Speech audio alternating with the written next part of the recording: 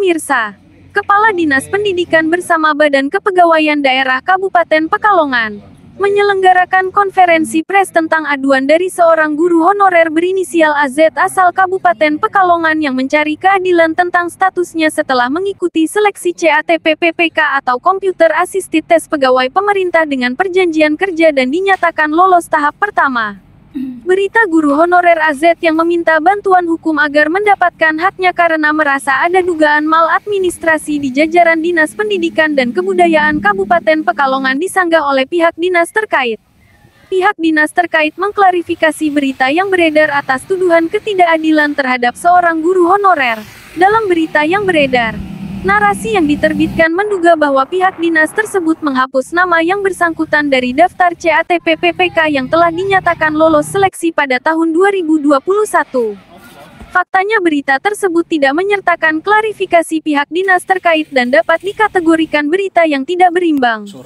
Berikut keterangan resmi dari pihak dinas terkait. Dengan adanya pemberitaan di media maupun di medsos mengenai guru honorer yang mengikuti program P3K, di dalam pemberitaan itu merasa dirinya lolos tapi tidak, atau boleh dibilang tidak dilantik atau mendapatkan SK. Itu kebenarnya seperti apa, Pak? Iya, matur nuwun. Jadi pengangkatan P3K tahun 2021 sesuai dengan peraturan pemerintah nomor 28 tahun 2021 itu adalah semua kewenangan ada di pusat. Di daerah itu tinggal mengumumkan hasil tersebut. Nah, sehingga pada tahun 2021 memang ada 8 orang artinya guru muda dari Kabupaten Pekalongan yang semula dianggap lulus, kemudian di akhir itu tidak lulus karena itu adalah sistem yang dikeluarkan oleh kementerian, sehingga teman-teman kita artinya PGRI, Dinas Pendidikan, BKSDM dan 8 orang itu pada tanggal 27 Juli 2022 kita itu langsung ke Kementerian Pendidikan untuk melaksanakan audiensi bagaimana yang 8 orang tersebut. Sehingga alhamdulillah pada tahun 2022 dari 8 ini ada formasi lagi yang kita prioritaskan artinya oleh kementerian, karena hasil rekom juga akan dari kementerian bahwa selalu ada namanya P3K di tahun 2022 yang sudah menerima SK kurang lebih 445. Nah, dari 8 orang tersebut yang nasibnya sama seperti Bu Aziza, itu yang 7 orang karena mematuhi aturan regulasi yang dikeluarkan oleh kementerian, sehingga pada tahun 2022 yang 7 orang itu diangkat, karena itu tinggal, bahasa saya itu tinggal mengupload dokumen syarat-syarat yang akan untuk menjadi P3K, karena itu khusus lah, bahasa saya itu khusus orang 8 tersebut. Tapi Bu Aziza, mohon maaf, nanti Kepala Dinas Pendidikan datang ke SMP-nya suruh mengupload data tersebut, tetap bersikeras nggak mau dengan Pak Kabidikdas, Pak Ipung. Kemudian dari BKSDM juga ngabari, kemudian dari PGRI juga ngabari, ayo ikut mengikuti seleksi di tahun 2022 untuk mengupload dokumen tersebut. Tapi yang bersangkutan tetap tidak mendaftar.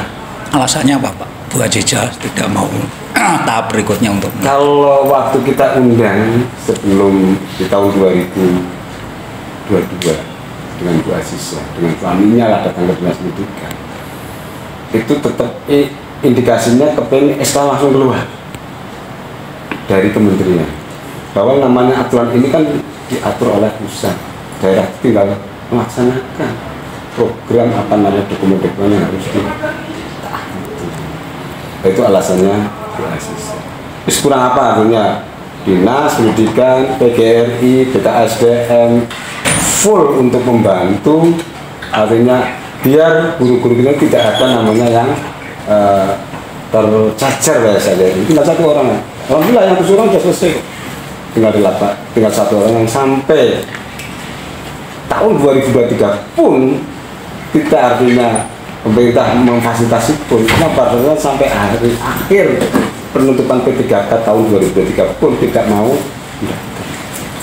Ini ada cita-citanya sebenarnya, sehingga nanti monggo teman-teman wartawan artinya bahwa tanggal 27 Juli itu tahun 2022 ada dokumen beliau dengan suaminya ikut ke Jakarta, berjanji dengan kementerian bahwa seharusnya yang 7/19 seharusnya Bu Aziza ikut sesuai dengan yang lainnya. Itu harusnya selesai clear and clear. Tidak ada artinya dinas melantarkan nggak dipeduli. Ini arahan bupati bahwa pelayanan publik kita harus diutamakan. Dengan langkah-langkah Bu Aziza itu tadi, adanya aduan menurut berita yang sudah keluar maupun di medsos itu sudah mengadu ke beberapa seperti ABH maupun lembaga seperti ke Polres, ke salah satu lembaga bantuan hukum, ke dinas dan BKD dan seterusnya. Nah, dari langkah-langkah Bu Aziza yang seperti itu, tanggapan dari Kedinasan Pendidikan Kabupaten Pekalongan sendiri seperti apa, Pak? Yang pertama sebetulnya kalau kita melihat hasil kemarin, artinya masuk ke Pekalongan Info atau di LP, saya sayangkan karena tidak ada klarifikasi ke Dinas Pendidikan. Saya sayangkan aja.